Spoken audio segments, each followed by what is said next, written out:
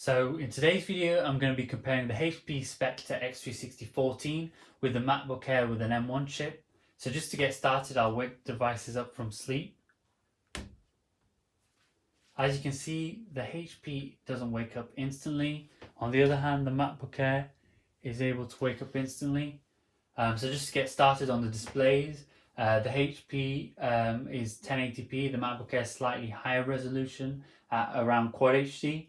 The HP display is a bit taller. That makes it better for productivity, but not as good for watching content, especially if it's 18:9. Whereas the MacBook Air is sort of a balance between productivity and watching content. The HP has benefits of being touchscreen and having pen support. Another thing I've noticed is in terms of reflections on the screen, they're quite similar between the two devices. So they both have good anti-reflective coating. Now, to start off with the HP, you can actually fold it into a tablet like this. It clicks it into place. And then, for example, if I go to OneNote, I can start writing. You can just press a button and then rub it out as well. So that's quite good. Overall, I'd say that the pen support works all right, but not perfectly. Sometimes I'd have the issue where my palms would actually cause pen inputs on the device, and I found other Windows devices like the Yoga C940 worked a lot better. And for example, an iPad will also work better, I'd say, for note taking. So it's not working as perfectly as it should do. Then with the MacBook Air, obviously it doesn't have that feature. You'll have to buy a separate device for that. Now to move on, we'll look at the speakers. So this is just a YouTube video.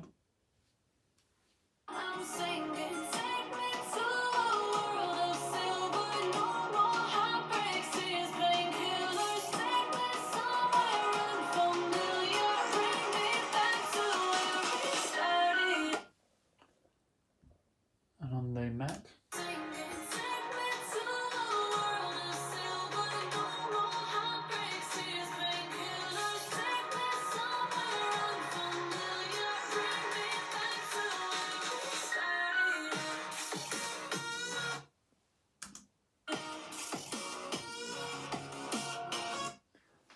So overall I'd say I slightly prefer the speakers on the HP just because the bass is better, and especially for the music that I listen to, I just find the sound a lot better on the HP. The benefit of the MacBook Air is that the speakers are up-firing, so it's not possible to block it whilst you're using it on your lap, for example, whereas the HP will get blocked. And even though it has two up-firing speakers as well as two down-firing speakers, I think most of the volume comes from the bottom, so that's something to bear in mind.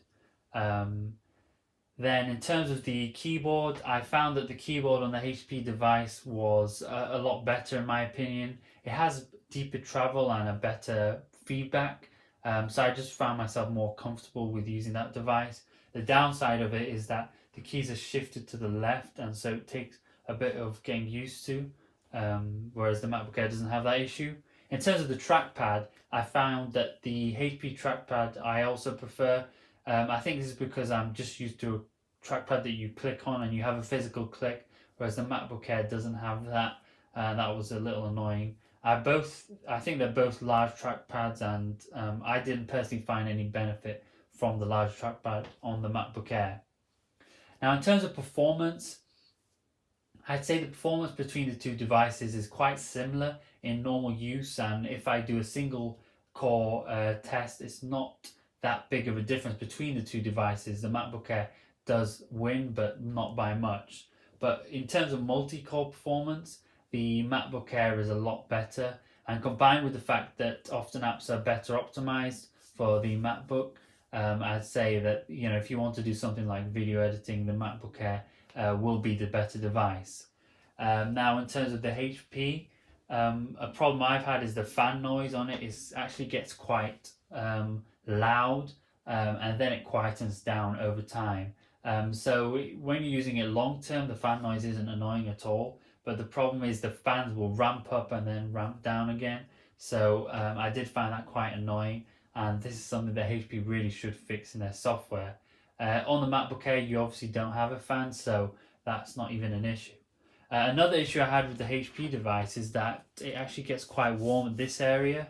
So it means when you're using it on your lap, it's not very comfortable, and I would be worried about using it long term. With the MacBook Air, it was perfectly cool during normal use, so that's obviously a lot better on the Mac side. In terms of the battery life, I did a simple YouTube 4K test playing at reasonably high brightness indoors with speakers on, and the MacBook Air drained 8% in an hour, and the HP drained 10% in an hour. So the difference wasn't as big as I was expecting, but you have to bear in mind the HP is a low resolution display, and it also has a bigger battery, so that sort of compensates for that. I think with more intense tasks, like for example doing a video call, the MacBook Air greater efficiency of the M1 chip will help it in that. So it will probably get significantly better battery life in terms of that. But with very light use, I found the HP to have better battery life. For example, if you're just browsing a Word document or typing a Word document, I think the HP is slightly better there. Now, to move on, in terms of the ports, we have two USB-C ports there. They're Thunderbolt 4 and a USB-A port on the left side. That USB-A port is quite handy, and an annoying thing I found was the USB-C port doesn't work with a 4K 60 FPS display, and that was quite annoying since it's advertised on their website to work, but you can adjust it in the BIOS to allow it to work. But I really don't think that's good on a device that's advertised for it to work on. The MacBook Air worked with a 4K display perfectly fine, but it is missing a USB-A port, which would be quite useful. Now, in terms of the difference between Windows and Mac OS, I personally prefer Windows, and that's probably because I've been using Windows all my life. I prefer how, for example, when you put a tab in full screen, you still have the taskbar at the bottom, whereas on the Mac you don't. And there's also no snapping features on the Mac. So overall, I'd say that, Windows is better for me, but, whatever you used previously will probably be better for you. So whatever software is on your current laptop, you'll probably prefer. Now, in terms of the price of these laptops, they're both priced quite similarly with the same storage. The HP does have, extra features like touchscreen and 2-in-1 functionality, but the MacBook Air obviously has a lot better performance without even having a fan. So there are benefits and disadvantages to both devices. I'd say the build quality between the two devices is pretty similar, and I'd say that the webcam is also quite similar between the two devices.